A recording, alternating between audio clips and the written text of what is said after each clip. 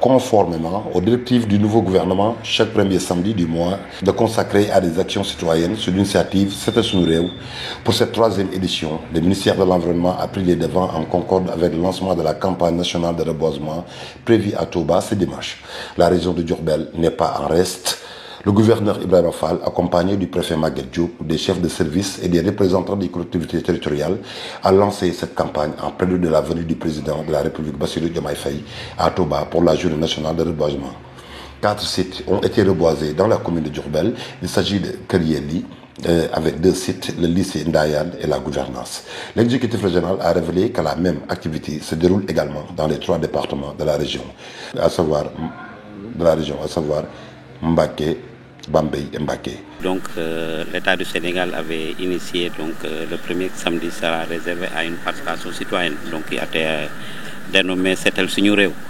Les 2 mois précédents étaient destinés au ministère de l'Hydraulique et de l'Assainissement, mais pour ce mois-ci, c'est le ministère de l'Environnement et de la Transition écologique.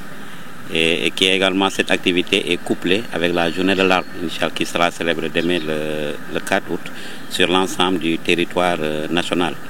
Et pour la journée nationale, ce sera à Touba, sous la présidence de son Excellence le Président de la République Bassirou Diomaye Faye. Mais la journée de 3 que nous venons de célébrer donc, est exclusivement dédiée aux activités de reboisement. Et dans les 3 départements, donc, des activités ont été planifiées par les préfets de département. Et aujourd'hui, donc, ici au chef-lieu de région, mais en même temps chef-lieu de département, en relation avec les services forestiers et le préfet du département de Diourbel et la collectivité territoriale, notamment le conseil départemental de Diourbel, nous avons procédé au lancement quand même symbolique de cette campagne nationale de reboisement. Il faudrait également dire qu'auparavant, une réunion a été convoquée avec l'ensemble des acteurs territoriaux pour que la région de Diourbel puisse quand même mener des activités au niveau de l'ensemble des collectivités territoriales de la région. Et ce que nous sommes en train de faire à Diourbel, donc les autres culturels ont eu à le faire.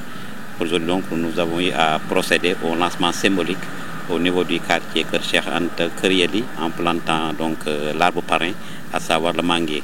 Mais le rapport final pourra quand même nous dire l'ensemble des sites, le nombre de sites, mais également le nombre de plants qui ont été reboisés. Mais à l'heure où nous vous parlons, pour faire l'évaluation sera un peu difficile, mais sachez que la communauté dans son ensemble est impliquée.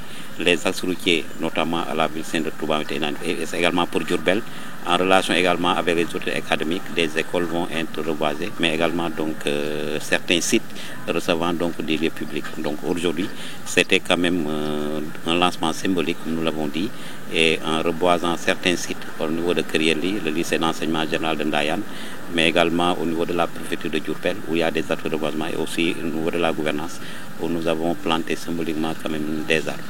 Le reboisement, je pense, depuis des années, on en fait, mais je pense qu'il y a deux défis qu'il faudrait peut-être relever. C'est d'abord l'entretien, donc l'entretien des arbres qui ont été plantés, mais également la protection. Et je pense donc au niveau des services forestiers, je pense qu'ils sont en train de prendre également cette protection comme étant également un préalable. C'est-à-dire donc les communautés qui veulent reboiser, ils doivent quand même s'engager à protéger ces arbres-là à travers donc des gabions. Et là, nous invitons la collectivité territoriale, les collectivités territoriales du moins, à s'impliquer dans la protection donc de ces arbres-là en produisant donc des gabions qui seront mis à la disposition des populations. Maintenant, l'autre défi au-delà de la protection, c'est l'entretien. Donc, c'est vrai en période d'hivernage, il y aura moins de soucis, mais après l'hivernage, il faudrait que les populations donc puissent procéder à l'arrosage de ces plants en relation également avec les services forestiers qui vont leur également prodiger des techniques d'entretien, mais également de reboisement. Je pense qu'ils sont sur le terrain depuis quelques mois pour accompagner les communautés. Mais si nous relevons également ces 2 défis à l'évaluation finale, on pourra dire par rapport au nombre d'arbres plantés, quels sont ceux qui ont survécu. Et c'est ça donc l'objectif, c'est de rendre encore la région de Diourbel beaucoup plus verte. Et je pense que c'est possible avec l'engagement de tout un chacun. Je pense qu'on peut y arriver à faire de cette région comme une région verte. Alors nga tënkal ñu ko rek lan lañ mën a jàpp